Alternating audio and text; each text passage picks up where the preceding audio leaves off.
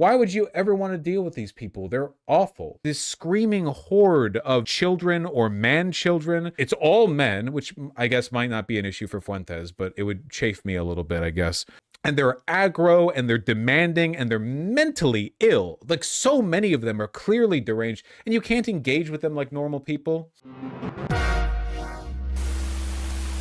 Is it too much for me to refer to Nick Fuentes as though he's a watermark for a particular kind of Republican? Maybe not Republican, far right, you know, incel, whatever. Because it's representative, you know, it's representative. This clip, I couldn't believe it when I saw this, because for months now, I've been saying, and I'm not the only one, I'm not like the big smarty pants boy, I'm not the only guy who said this, but I've been saying Nick Fuentes wants an out because unfortunately he's been saddled to the social consequences of having to represent and speak to a movement full of the stupidest and most vindictive people alive.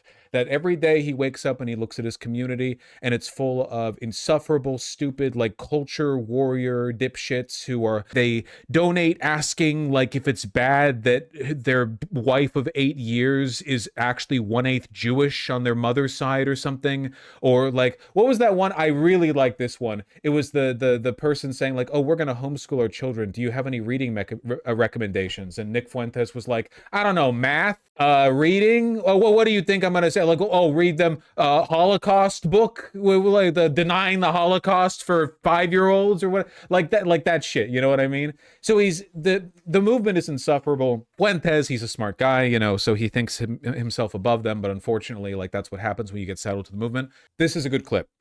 We're learning. We're listening and learning, okay? Everyone sit your white ass down. Latinx King is speaking. The halftime show was in Spanish and all the performers were brown people. The message was, this is what America looks like, a mosaic of Latin peoples. Clearly it was political. Clearly it was a middle finger to white people. Weird take. Are you even a white nationalist at this point? Honestly, I don't feel like one anymore. I feel like... We got him. He's woke now. We're claiming him. Do I want America to be a white country? Yes. Never mind. We're unclaiming him. I'm pro-white. But the movement has just been captured by losers and idiots. I'm kind of been captured by. So because I did pre-watch this. The theme here is that it used to be that Nick Fuentes could always define what his community was, what his issues were. But unfortunately, a bunch of neo-Nazis recently took over the presidency of the United States, you know, like Miller and all the culture war bullshit they put out through the Department of Homeland Security and such. So now Nick Fuentes is saddled with having to be responsible for and answer to all of that inane culture war bullshit. Like, when you're completely outside of power, you have the ability to choose which issues to die like on a hill for. Like, you can decide what you're going to talk about, what you're going to defend, what you're going to, you know, stick up for or like shape your audience around. But now,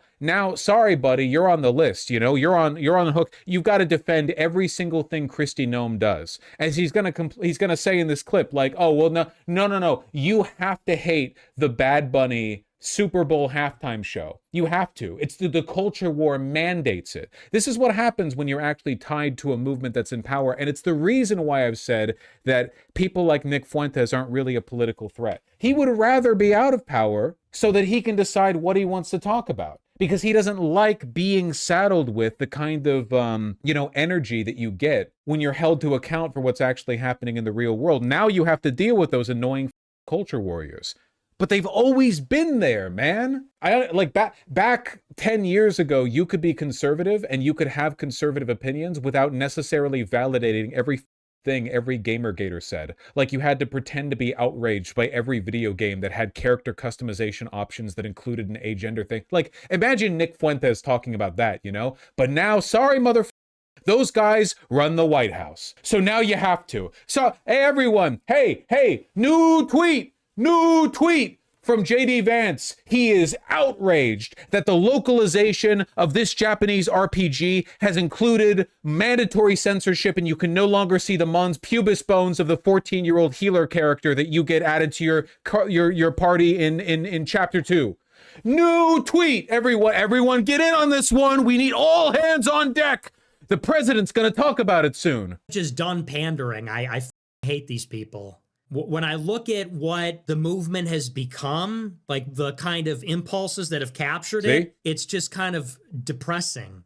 And I've always been forward thinking, and I've always been heterodox, and I've always been progressive in a way. Okay, I know it's insane, but he's actually correct in the context of comedy. And that's what he's talking about and thinking about. He thinks of himself as a funny haha commentary guy, not as a political force. To him, the white supremacy is just an ideological informant to the real point, which is being like a celebrity, basically. You're forward thinking not in the political prescriptions, but rather in how you engage with them, if that makes any sense. This is exactly the same as Alex Jones. Yeah, and look what happened to him, dude. For a while, Alex Jones was on top of the world. And now he's a sad, miserable wretch, dude. He's a dog to the administration. He doesn't do anything that they don't want him to do. They yank his leash every time there's a new tweet he has to defend. And every post he makes, he gets ratioed because everyone's like, what the f***? You were literally like the guy talking about the deep state pedophile conspiracy, and now you can't even talk about it because you're just a dog of the administration. And you know perfectly well, by the way, the reason that he accepted that role was because they threatened him with prosecution. Like, there's probably 1,000 things the DOJ could have thrown at him. They were like, oh yeah, you want immunity. Same thing they did with Eric Adams, same thing they did with all these people. You want immunity from prosecution? Here, now you're our guy or whatever. And now he just pathetically regurgitates everything he's told to eat. And Fuentes doesn't want to be that guy. Like, Fuentes signed up for MAGA as long as MAGA meant like epic memes and God Emperor posting about Trump. But he doesn't want to be part of MAGA if MAGA means like every day you have to pretend that the Republican Party is not entirely made up of pedophilic Zionists. That's not the kind of political engagement he signed up for. I know I'm talking a lot over the clip, but as far as I'm concerned, this is a vindication of everything I've said in the past. And it's also like a recurring pattern. The best and brightest of the far right eventually leave because they cultivate an audience of people too insufferable to deal with. They all think they're better than their audience. And in Fuentes' case, he is for the most part, but inevitably, you just don't want to deal with it anymore. So you dip. Why would you ever want to deal with these people? They're awful. Like they're this screaming horde of children or man children. It's all men, which I guess might not be an issue for Fuentes, but it would chafe me a little bit, I guess. And they're aggro and they're demanding and they're mentally ill. Like, so many of them are clearly deranged, and you can't engage with them like normal people. Isn't it the same on the left? No. Don't get me wrong. I think that versions of these criticisms can be levied at the left, but the degree of difference is enormous. There's no comparison. Seriously, look at how people act in my chat, Hassan's chat, left Twitter, whatever, and then compare that to how they act in Fuentes' chat or on that side of Twitter. It's not just about the politics, man. There's a difference in character, a significant difference in character here. So no, it's a problem the far right has. The best and the brightest leave, or they get co-opted. And increasingly, I don't feel like I fit in with that anymore. It used to be the case that if you were against white genocide, if you're pro-white, if you're against immigration, like meaningless virtue signals here, not referring to any specific position or belief. I myself am literally pro-white and don't want a white genocide. Like these, but like depending on your interpretations, these could mean anything, you know? It's deliberately vague because he just wants to be like a comedy guy. You know what I mean? He wants to be a comedy guy. He doesn't want to be on the hook. Like, the best example that I can think of, I consider myself pretty heterodox, and I think more so than almost anybody on the online left, I define my own positions. I have been very willing to burn bridges before or get myself in trouble over arguments I'm clearly not in this just to be with a crowd, right? But from my perspective, it feels like, what if Bernie Sanders became the president, but then he ended up doing the exact same thing every other Democrat would do, like he just became another deep state uniparty shill, but all of my fans were telling me every day that he's based, you can't criticize him, and you're on the hook to defend everything. So now my job used to be whatever I want to talk about. Now my job is I go on and I have to defend every tweet Bernie Sanders' press secretary makes or whatever. Like, it would be agonizing for me on every level. I would feel like a ghost. It wouldn't matter how much money I made or how many followers I had, because it would feel like a totally inauthentic representation of my platform, and I wouldn't get to be like the funny haha guy. How do you keep that deviant energy up when every day, like, your audience is basically just egging you on to affirm every culture war grievance they want you to be a mouthpiece for? Yeesh. You'd resent us? I'd resent the out of you guys. Yeah. That is what it meant to be on our side. Now it's like you have to be a Republican culture warrior. I have to be spun up about the Super Bowl halftime show. It's just so low IQ. It's so low IQ. It's so monotonous, so repetitive. You're screaming at. It's boring. It's not good comedy. He doesn't want to have to take a stand on these issues. He wants to choose his issues. He doesn't want to have to listen to the administration choosing his issues for him. The halftime show because it's in Spanish. Am I supposed to do this performative outrage? Why? I'm supposed to get up out of my seat? Who gives a fuck? No, I don't think I fit in anymore because, I'm telling you this, we've reached a high watermark of that stuff. I've been doing this for 10 years. I was into this before it was popular, before it was mainstream. Again, see, he's not talking about his beliefs like a political movement. He's talking about it like an artistic style. Literally, like he is not referring to this as like a movement to achieve anything or accomplish a goal. It's like an affect. I was doing this style before anyone else, and now your version of the style sucks, and you're trying to drag me down to your end, you know? And now it's filled with a bunch of complete idiots. It's really just turned into signaling that you're a part of an in-group. And really? On the far right? That's crazy. We're all going to have the same take, and we're all going to have the same opinion, and we're all going to say the same thing, and we're all going to engage in this elaborate performance. I don't know who it's for, why. We're all going to perform outrage. We're all going to perform and do the same jokes, and we're all going to have the same talking points. I don't know. It's no longer interesting to me. It's no longer interesting. It's not funny anymore. It's not edgy. See? It is true that it's not edgy. Like, the neo-Nazism stops being edgy as soon as the Department of Labor and the Department of Homeland Security are Nazi posting on Twitter actually like 24/7, you know? Now it's not edgy. It's like, oh, well, you just agree with that. Like, how your movement's in power? How's it going? How's the stock market's up? Didn't you say the stock market was Jewish? Yeah, well, okay. So what do we got going on, Trump too? Epstein file cover-up. Trump mentioned 1 million times in the unredacted files. Job numbers are plummeting. Real economy is doing terribly. Yeah, what are we defending here, boys? Go back and watch earlier stuff from Nick Fuentes. The only times he ever really brought up neo-Nazism was when it was like an affect, right? Like, he was bringing it up as a way to serve a broader interest, and the broader interest was usually comedic or at the very least like shock value, not something he'd stand on for its own sake. Shock jock stuff, yeah. Being a neo-Nazi used to be fun. Pepe hands. I mean, it's like I'm not defending any of this shit. It's fucking pathetic, to be honest. Like, look, I place a high value on my autonomy, my ability to say or believe what I want. You know, like, I want to be able to feel like I'm authentic. The difference is I am authentic. I do believe this stuff. If Nick Fuentes actually believed in the causes he says he does, he should be mad at the Bad Bunny halftime show. He's only not mad about it because it would be boring and trivial and culture war bullshit. He doesn't want other people. He should be. It's one of the biggest performances that happens at all in the country, and it was unambiguously a celebration of non-whiteness in America and the Americas. Like, listen, I'm not mad about it because I don't care, but you should be, and you're not because it doesn't meet your definition of anti-white, but because it's tedious, and it is tedious.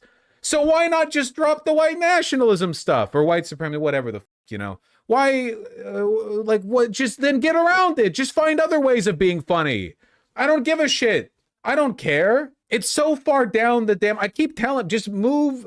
Just go to Astoria and get yourself into a situationship. You've got tons of money. You've got tons and tons and tons of money. These people have tossed money at you because they thought you were the reincarnation of Adolf Hitler. But you're just a funny guy. You're just a guy who wants to do bits. So just find a better audience. Is Fuentes a failed actor too somehow? No, actually. He's a rare example of a successful actor in the right-wing space, I would say. It's really just become a drag. At one point, we were the trolls, and now we're the butthurt ones. True, but also, again, right, like this has nothing to do with ideology. There was a point in time when we were having fun and we were laughing and we were trolling and we were making jokes. And now our side are the biggest butthurt faggots of all time.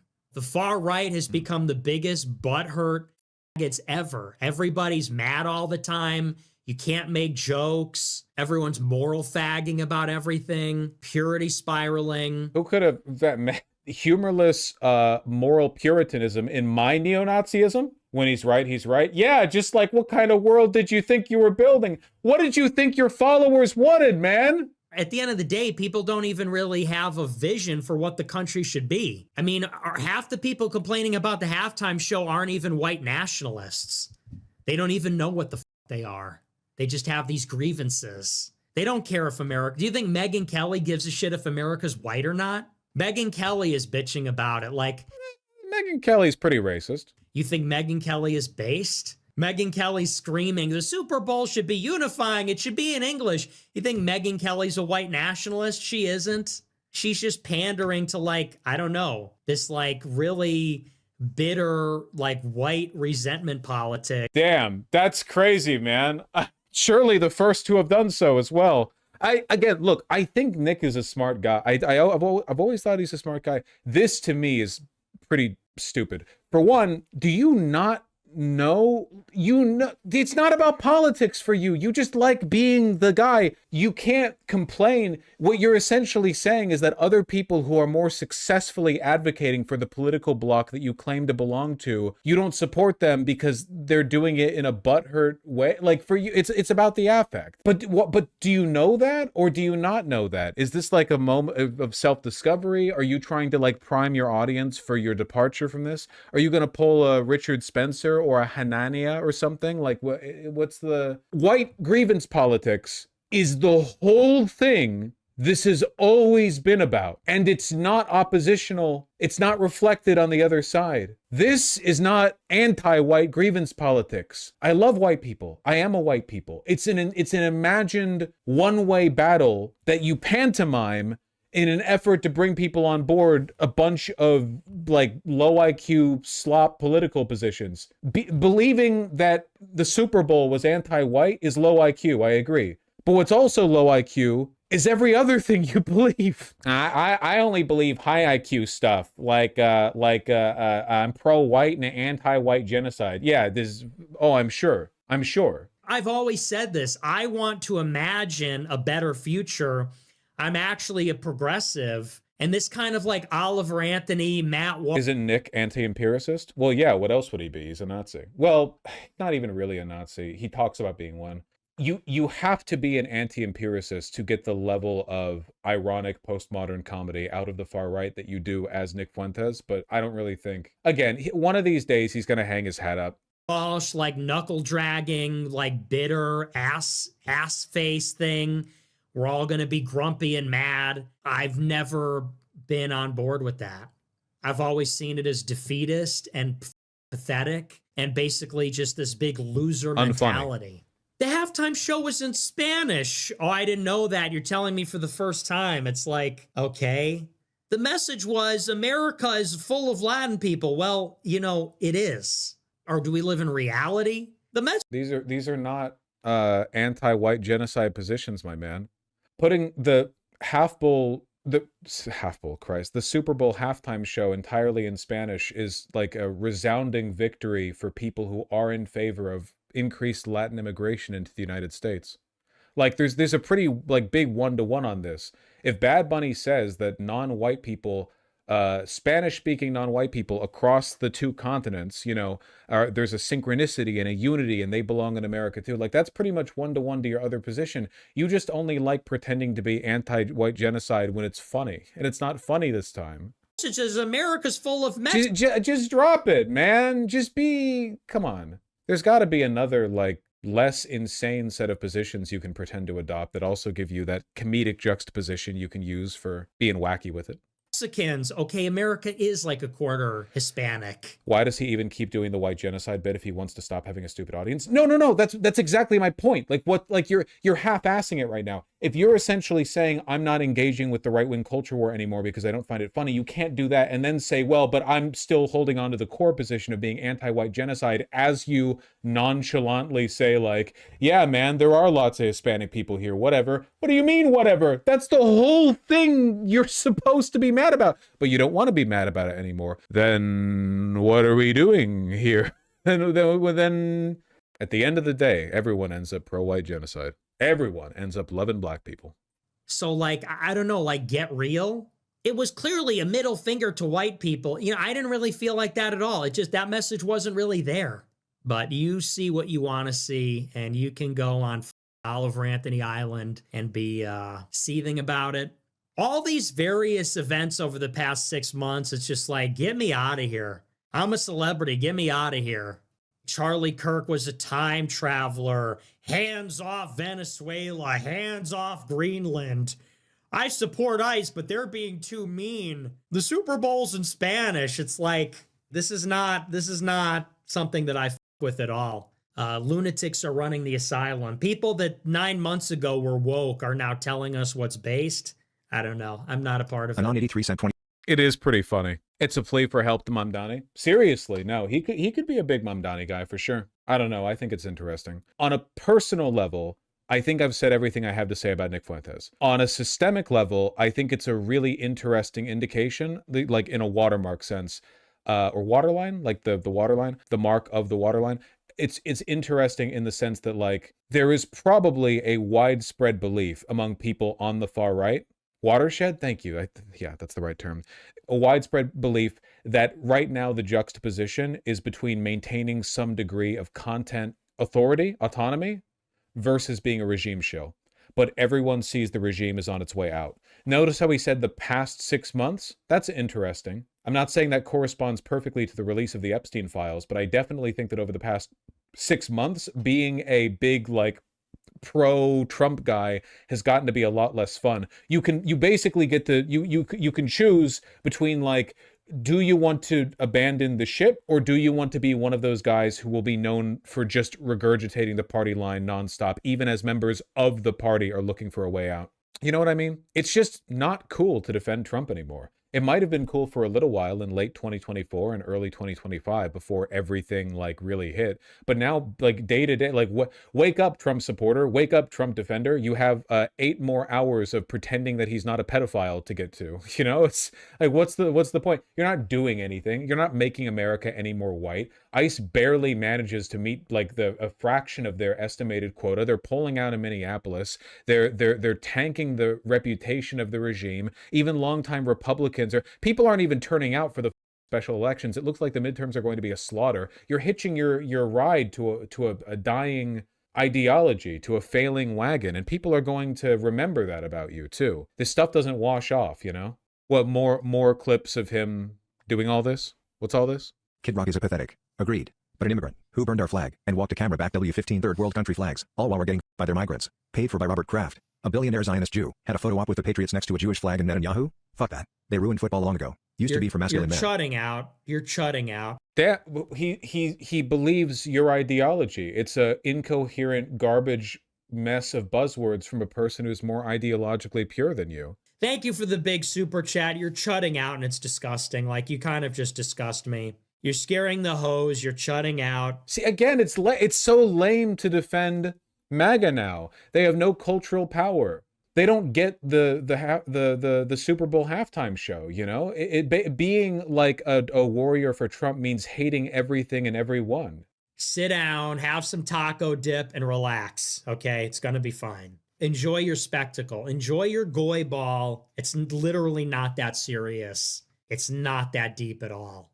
The chutting out is what kind of is disgusting to me. We have to all promise not to chut out. You're spiking your cortisol. You're chutting out. You're, like, adjusting your glasses. Imagine you're going to an actual social outing. You're trying to, like, network and make money. You're trying to start businesses. You know, your friends talk about gossip. My friends talk about the businesses we're starting. You're going to the sports ball game, not because you actually watch goy ball, but because you're going to take Reddit True Tide together, lift weights, talk about money and business. Imagine you're the guy at the party that's adjusting his spectacles and you're like, did you guys know that Robert Kraft owns the Super Bowl? And it's like, dude. You'd think it would be relevant to somebody of your, I wonder how his audience is taking this, because I know a bunch of Fuentes' audience is just like irony, poison, nihilistic, postmodern dipshits who are looking for anything to get a rise out of life, Like, they just want to be the guy who can say stuff like goy ball because it's admittedly fun to say. They want to make the cortisol jokes, etc., etc. They just want to like always be in on the edgiest bit. But there are a lot of people in your audience, like the guy who put forward the super chat, who are like, actual neo-Nazis, like the people you pretended to, like the people that you've appealed to in order to adopt their positions as an affect for comedic, like those are, like, I feel like a lot of these guys are going to feel pretty betrayed in the long run. They're true believers. Like they're giving you money because they think that you're like a genuine popular advocate for mainstreaming their platform. But every time they're like, hey, Nick, remember we're supposed to be Nazis? Nick's like, shut up, Goy. You're shutting out, man. You're adjusting your spectacles. You're telling me you care about stuff like Jews controlling the media? That's gay and lame, bro. Who cares about that? But the super chatter is like, I thought we did. I thought we cared about that. Whether or not it's edgy or funny or contrarian, I thought we cared about it for real. I wonder how it'll pan out. Anyway, I might cover more of this in the future because, again, I'm using this as the watershed. It's interesting though, isn't it? It's like genuinely a pretty huge shot. Hey, by the way, in case anyone's watching, maybe I don't because I'm on YouTube, I don't get to say the slurs. There are at least a couple that I would say that I get to say, by the way, if I wasn't on YouTube. Maybe I'm not edgy enough for you or whatever, but notice how over here on the left we get to be wacky. We don't like wake up every day. We don't have to defend a pedophile regime. That's pretty nice, I'm just saying, if you're only in it for the comedy, maybe come in for some comedy and some good political positions rather than comedy and terrible political positions, huh? I don't, right? Anyone? Is Goy banned on YouTube yet? It's not, but I feel like it might be in the future. So that's why I'm not a Jew, so I should get to say it, but that sounds backwards. It's a slur for non-Jewish people. Okay. I'm lucky I can even say Zionist without getting banned. It's not a slur though, Lamau.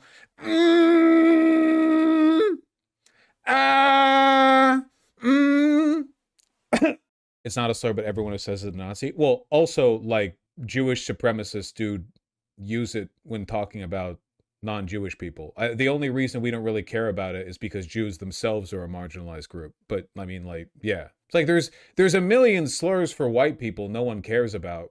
Like, you could run through them. There's like 50, just 50 off the top of your mind. You come out with 50. No one cares because there's not really any power there. Most Jews use goy with a positive affect. Well, you should hear how I say the soft A. No, I'm kidding. I would never. I'm kidding.